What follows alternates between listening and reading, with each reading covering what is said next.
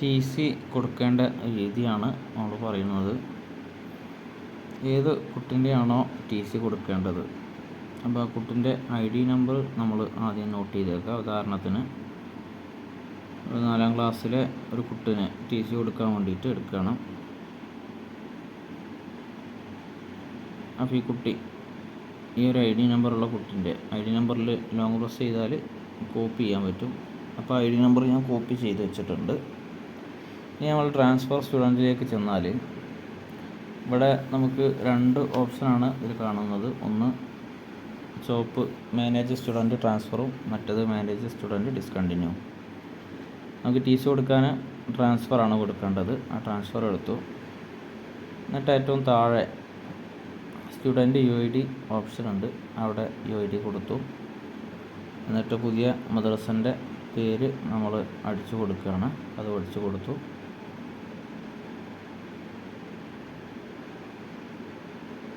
അതടിച്ചു കൊടുത്തു കഴിഞ്ഞാൽ നമുക്കത് വ്യൂ ആയിട്ട് കാണാൻ കഴിയും അത് തന്നെയാണോ എന്നുള്ളത്. ഇപ്പോൾ കുട്ടീൻ്റെ പേര് ഒക്കെ കാണാനുണ്ട്, ചേരാൻ പോകുന്ന മദ്രസൻ്റെ ഡീറ്റെയിൽസ് അവിടെ കാണാനുണ്ട്. അത് കറക്റ്റാണോ എന്ന് ചെക്ക് ചെയ്യാം. അതിന് ശേഷം T C number, application transfer, T സിക്ക് അപേക്ഷ തീയതി, മദ്രസ വിടാനുള്ള കാരണം, ആകെ പ്രവൃത്തി ദിവസം, വിദ്യാർത്ഥി ഹാജരായ അവസാന ദിവസം, അതൊക്കെ കൃത്യമായിട്ട്, പിന്നെ കുട്ടീൻ്റെ സ്വഭാവം കൺഫേം കൊടുക്കുക. ഇത് കൺഫേം കൊടുത്തു കഴിഞ്ഞാൽ നമുക്കിവിടെ ഔട്ട് ലിസ്റ്റിൽ നമുക്കിവിടെ ഇങ്ങനെ കാണാൻ കഴിയും.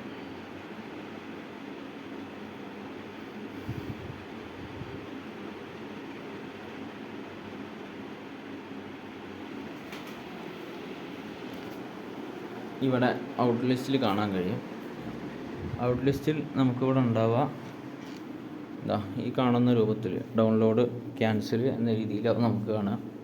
കുട്ടിക്ക് ടി സി കൊടുത്തത് മാറി അല്ലെങ്കിൽ എന്തെങ്കിലും പ്രശ്നം വരികയാണെങ്കിൽ നമുക്ക് എന്ത് ചെയ്യാം, ഈ ക്യാൻസൽ കൊടുത്തു കഴിഞ്ഞാൽ ആ കുട്ടീനെ വീണ്ടും നമ്മൾ ആ ക്ലാസ്സിലേക്ക് തന്നെ കയറ്റാൻ കഴിയും. ഇനി ടി സി കൊടുക്കുകയാണ് ചെയ്യുന്നത് എന്നുണ്ടെങ്കിൽ നമ്മളിതിൽ ഡൗൺലോഡ് ടി സി പ്രസ് ചെയ്താൽ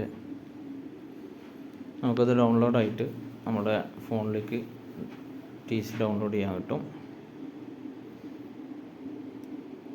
ഈ ഉള്ള ടി സി ഇത് നേരെ അവർക്ക് അയച്ചു കൊടുക്കാം. പ്രിൻ്റ് സൗകര്യം ഉണ്ടെങ്കിൽ പ്രിൻ്റ് എടുത്ത് കൊടുക്കാം.